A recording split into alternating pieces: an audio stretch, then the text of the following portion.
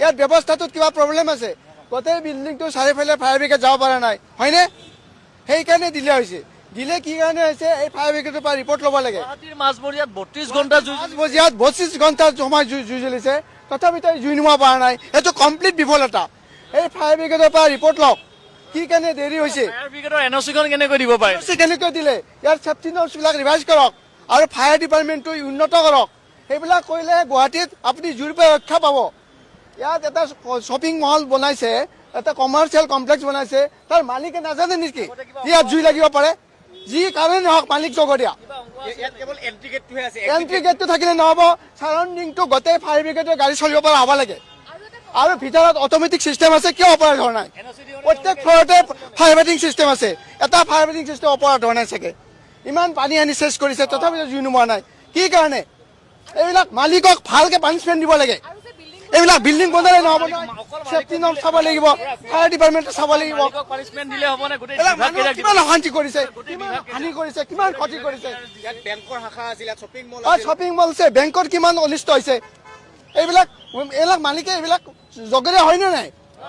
এইবিলাক ডিপাৰ্টমেণ্টবিলাকৰ জগৰীয়া ডিপাৰ্টমেণ্টবিলাকৰ চাব লাগিব যে এইবিলাক চেফটি নৰ্ম ফ'ল' কৰিছে নে নাই কিমান ডাঙৰ পাইপলাইন বনাইছে কোনো এটা পাইপলাইন কাম কৰা নাই সিহঁতৰ আৰু ৰাতিখন জুই লাগিছে শ্বৰ্ট চাৰ্কিট কৰিব আহে ৰাতিখন কিবা অভাৰলোডিং থাকে নেকি না এচি চলে ৰাতি হৈছে কাৰণে মানুহ বাচিছে নহ'লে দিনত হ'লে কিমান মানুহ মৰিলে হয় ইয়াত কোনে মানুহ ট্ৰেপ হৈ থাকিলে হয় উলিয়াব পাৰিলে হয় এইবিলাক ব্যৱস্থা চাব লাগে